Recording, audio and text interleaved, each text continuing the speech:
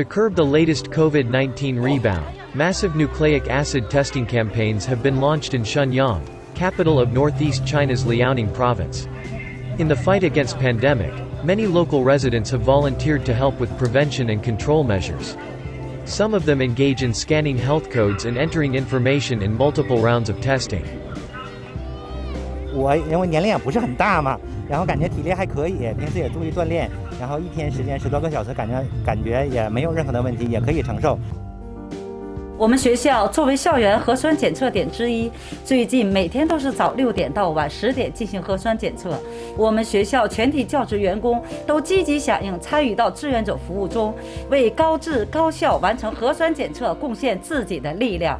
在这里做志愿服务的大约将近70人，在为这里的居民做服务。